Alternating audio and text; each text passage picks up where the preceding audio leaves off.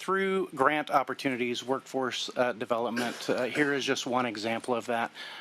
There is the Forestry and Fire Recruitment Program, is a nonprofit organization located in the south part of the state.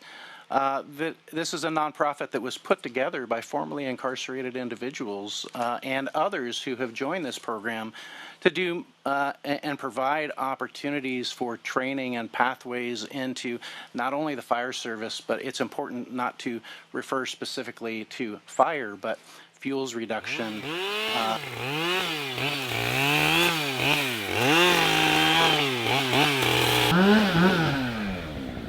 Good work. That's teamwork.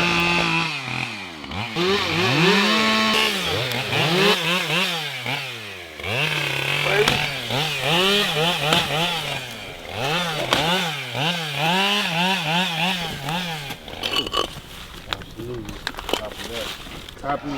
One band, one sound. Now that's how y'all work. And that's what it's gonna be like. Minimal direction, straight to the point. Now as y'all start going, figure out a comfort level and get in there. Y'all, some people might not be that comfortable around a chainsaw. I remember I was one of those guys. The more you're around it, the more you see good sawyers, the more you see operations happen. Things will...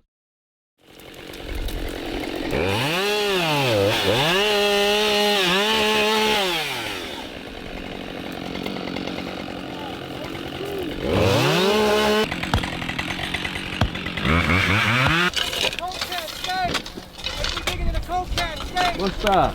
What's up? Y'all come on. Throw that brush as far as over as you can. Throw it as far as over as you can.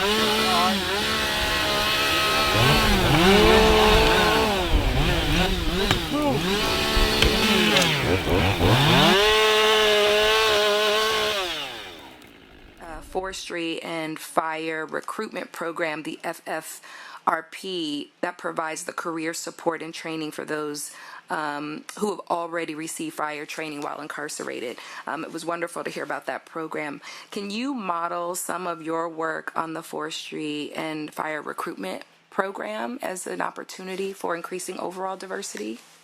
We have continued to stay in contact and work together with the program on how to advance and serve the underserved communities of those that were formerly incarcerated on firefighting hand crews, those that had worked on institution fire engines in some of our institutions across the state, and then finding an opportunity to be able to provide that same training opportunity to our female formerly incarcerated firefighters that we had across the state. Why everybody can't do this work. Shit's tough.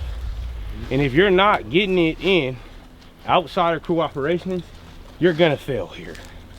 Like, we beyond the classwork, everybody certed, everybody got public safety first aid, we good. Now it comes time to physically being able to do this. God damn, Rafa, you made it. What's the downhill checklist? IC4 or better at job. Use direct attack when possible. 9 areas scouted. Tactics or no tactics or tactics alternative. Nice. That's what I'm talking about. I want to get a crew pic right here with everyone. I told myself that I can't leave the only one on this crew that knows the downhill checklist when we gonna go cut in line downhill. So whether we drag you up, we'll do what we gotta do as a crew.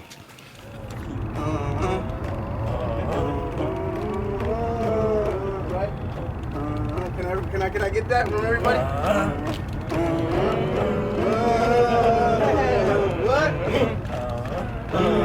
What?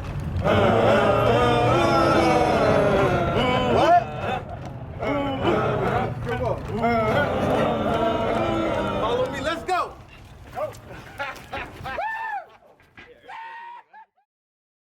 The mountains continue to dig out from all that snow that Mary was just referring to. They're getting help from local and state crews, volunteers, just lots of people.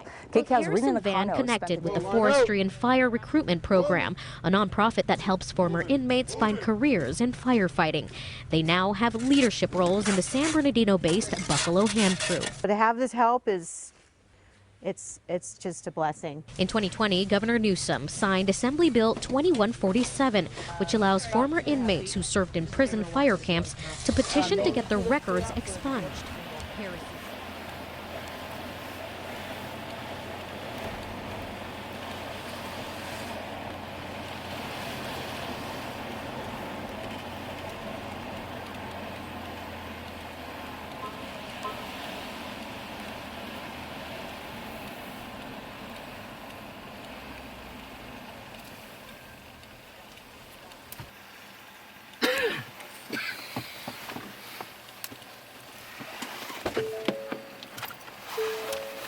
Probably got as much snow in 1 week as we've gotten in 10 years.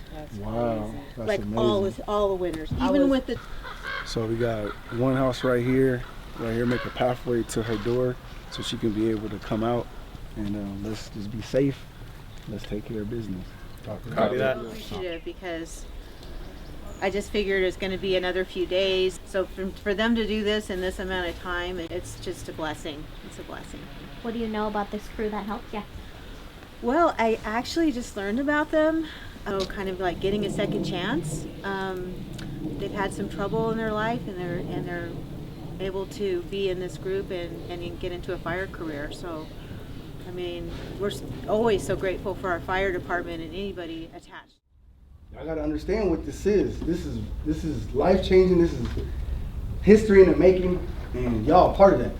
So, for folks to understand their roles as a public servant and doing your job when nobody's looking and having that integrity, respect, and duty, like that's something that's very imperative that y'all be able to need to display on an everyday basis. And this program is not based on a career. No, it's about you being a better person, right?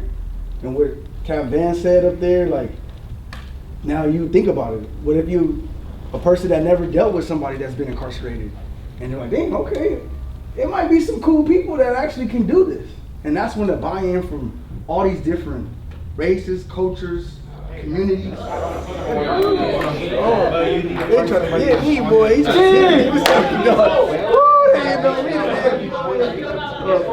Thank you for everything, man. I got something to show you.